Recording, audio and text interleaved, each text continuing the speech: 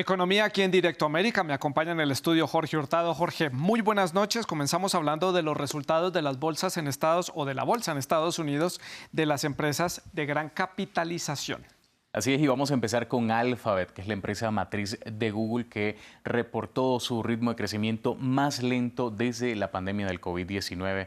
Alphabet obtuvo ingresos por 69.100 millones de dólares en el trimestre de julio a septiembre, lo que supone un aumento del 6% respecto al mismo periodo del año anterior, pero es la primera vez que los ingresos trimestrales interanuales de Alphabet aumentaron menos del 10% desde el periodo abril-junio precisamente del año 2020. Los ingresos por publicidad ascendieron a 54.000 millones de dólares, un 2% más que en el mismo periodo del año anterior. La empresa ganó 13.900 millones de dólares, eso es aproximadamente 1,06 dólares por acción, lo que supone un descenso del 27% respecto al mismo periodo del año anterior por acción. Y hablemos ahora del gigante tecnológico Microsoft, que presentó resultados. ¿Cómo les fue? Bueno, esta empresa también reportó una caída del 14% en los beneficios del trimestre julio-septiembre en comparación con el periodo del año anterior. El beneficio neto trimestral de la empresa fue de 17.600 millones de dólares o 2,35 dólares por acción, lo que superó levemente las expectativas de Wall Street. Los ingresos fueron de 50.100 millones de dólares en el trimestre, un 11% más que el año pasado, superando también las expectativas de los analistas. El negocio de Microsoft fue afectado por el aumento de los precios, también porque muchos consumidores compraron nuevos dispositivos durante la pandemia del COVID-19, lo que hizo caer la demanda en este trimestre. Los envíos mundiales de ordenadores personales cayeron casi un 20% en el trimestre con respecto al mismo periodo del año anterior. Y otro de los afectados, Santiago, es en la inversión publicitaria fue Spotify. La empresa dijo que los márgenes de beneficio del tercer trimestre se vieron reducidos por el lento crecimiento de la publicidad, avivando el impacto de una recesión económica en la publicidad digital. Spotify, cuyas acciones han caído 58,5% este año, dijo que los márgenes del tercer trimestre fueron menores de lo que había esperado. Pese a esto, el número de usuarios activos mensuales ascendió a 456 millones en el tercer trimestre. Eso es aproximadamente 23 millones de usuarios más en solo 3 meses.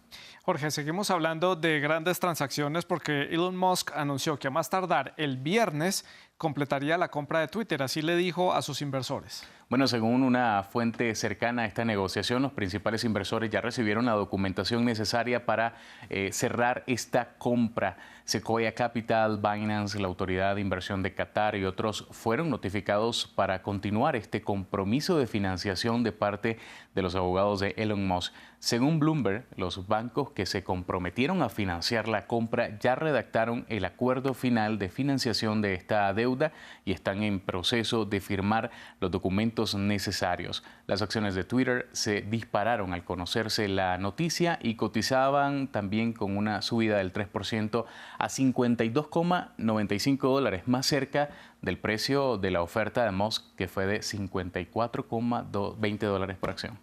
Mencionábamos en el informativo los nombramientos hechos por Rishi Sunak para su gabinete. ¿Esto qué reacciones provocó en los mercados y en la economía británica? Bueno, Sunak, que se convirtió en el tercer primer ministro de Reino Unido en lo que va de este año, el primer ministro prometió unir al país con acciones y criticó el presupuesto de la saliente Liz Truss, que causó conmoción en los mercados y la caída de la libra esterlina, pero esto opinaban en Londres los británicos sobre su llegada al poder. Escuchamos. Va a tener un inicio muy ocupado, muchas cosas que resolver. El tema de la economía es lo principal. Creo que tiene un trabajo muy difícil.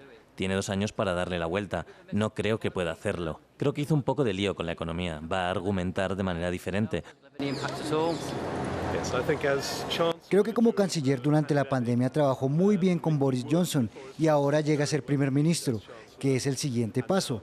Y estamos seguros de que va a tener mucho éxito.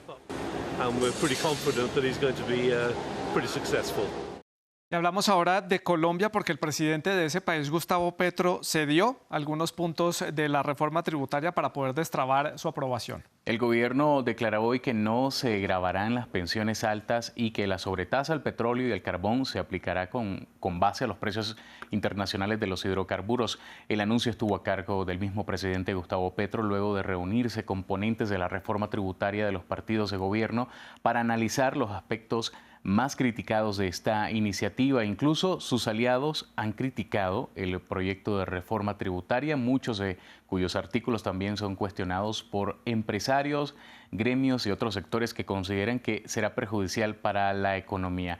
El impuesto a las pensiones más altas es considerado por algunos como inconstitucional al considerarlo un derecho adquirido y no una fuente de renta. Se convirtió en uno de los puntos más polémicos de esta reforma. El artículo buscaba gravar las pensiones superiores a los $2.000 mensuales. La medida también buscaba generar equidad en el sistema tributario y fue una de las banderas durante la campaña de Petro, pero hoy fue descartada por el mismo presidente.